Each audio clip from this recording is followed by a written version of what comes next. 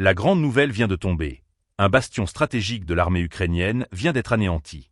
Un coup direct, rapide et d'une précision redoutable, orchestré par l'équipage d'un obusier des 30 qui marque ici une avancée clé sur le front de Kurakovo. Restez jusqu'au bout pour comprendre les dessous de cette opération qui pourrait bien redéfinir les lignes du conflit en cours. N'oubliez pas de vous abonner pour ne rien manquer de nos prochains reportages détaillés.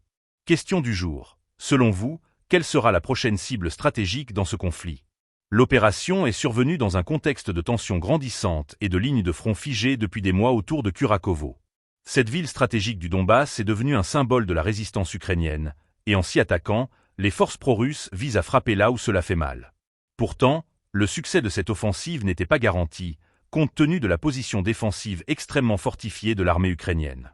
En effet, ce bastion ukrainien était l'un des plus importants de la région, une position hautement défendue qui permettait aux soldats de contrôler les voies de communication critiques vers l'ouest. D'après les images disponibles et les témoignages locaux, l'équipage de l'obusier des 30 a manœuvré avec une précision quasi chirurgicale, atteignant sa cible et infligeant des dommages irréversibles aux infrastructures militaires ukrainiennes de cette zone. Le succès de cette frappe semble s'être appuyé sur une combinaison de renseignements précis et d'une maîtrise complète de l'artillerie par l'équipage. Le D-30, un canon emblématique de l'ère soviétique, conçu dans les années 1960, reste un outil redoutable, utilisé pour des frappes de longue portée et pour sa capacité à opérer dans des environnements difficiles. Cette arme, qui a servi sur de nombreux théâtres de guerre, a montré une nouvelle fois sa redoutable efficacité dans les mains de troupes expérimentées. Sa mobilité et sa cadence de tir sont des atouts majeurs, offrant un avantage tactique non négligeable face à un adversaire suréquipé. Kurakovo n'est pas une cible choisie au hasard.